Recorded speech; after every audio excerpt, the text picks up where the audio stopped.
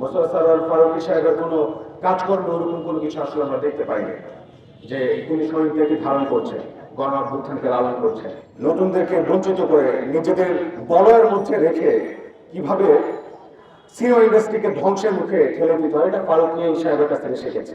জনগণকে প্রশ্ন করতে শিখিয়েছেন যে ক্ষমতা না জনতা, এটা আমরা তার নাটকের মাধ্যমে শিখেছি।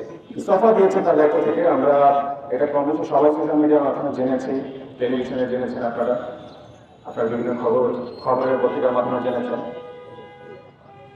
ডক্টর সৈয়দ জামিল আহমেদ আমাদের শিক্ষক, আমাদের সরাসরি শিক্ষক। ঢাকা বিশ্ববিদ্যালয়ের থিয়েটার অ্যান্ড পারফরমেন্স স্টাডিজ ডিপার্টমেন্টে তার ছাত্রত্ব পেয়েছি। তিনি আমাদের শিক্ষাগুরু।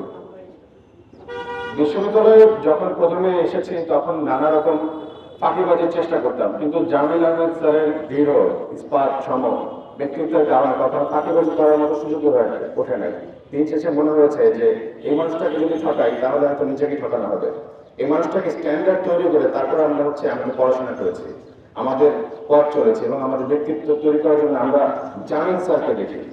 আমাদের ফ্রেমওয়ার্ক বা আমাদের আয়না যদি বলেন, আমরা জামিল স্যারকে ধরি যে আমাদের ব্যক্তিত্ব কেমন হওয়া উচিত। যে মানুষটা কখনো আপোষ করে না কোনো কিছুর সাথে, আমরা তাকে কখনো আপোষ করতে দেখি না।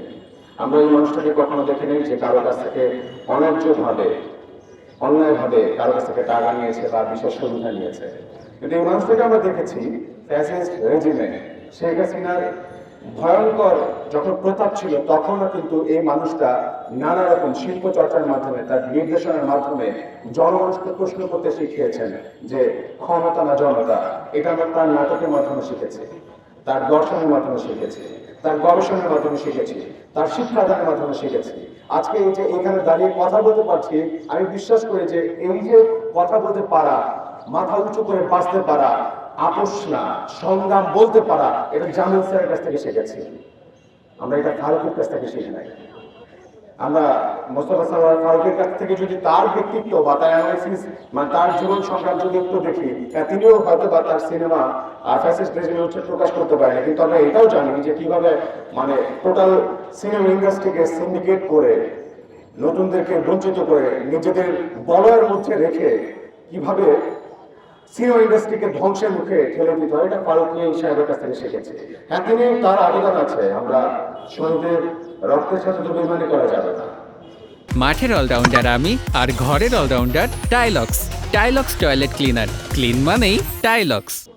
শহীদের যে স্পিরিট, জুলাই অভ্যুত্থানের শহীদদের যে স্পিরিট, যে গাজীদের যে স্পিরিট, সেই স্পিরিটকে ধারণ করে লালন করে সৈয়দ জামিল আহমেদকে আমরা দেখেছি, আমি নিজেও গিয়েছি তার বিভিন্ন রকম শিল্পকলার ভিত্তিক যে সকল নাটকের নির্দেশনাগুলো হয়েছে, আমরা সেখানে গিয়ে আমরা নিজেও দেখেছি কিভাবে শহীদদের যে আত্মত্যাগ, এই জুলাই অভ্যুত্থানের জনমানুষের যে আত্মত্যাগ, সেটা কিভাবে ফুটিয়ে তোলা যায়, কিভাবে নাট্যোৎসবের মাধ্যমে, নাট্যের মাধ্যমে, কিভাবে শিল্পের মাধ্যমে জনমানুষের মধ্যে এটা ছড়িয়ে দেওয়া যায়, সেই ব্যাপারটা সৈয়দ জামিল আহমেদের কাজের মাধ্যমে দেখেছি। কিন্তু এখন পর্যন্ত এই যে 3 মাস হয়ে গেছে, কিন্তু মোস্তফা সরোয়ার ফারুকী সাহেবের কোনো কাজকর্ম ওরকম কোনো কিছু আসলে আমরা দেখতে পাইনি যে তিনি শহীদদেরকে ধারণ করছেন, গণ অভ্যুত্থানকে লালন করছেন।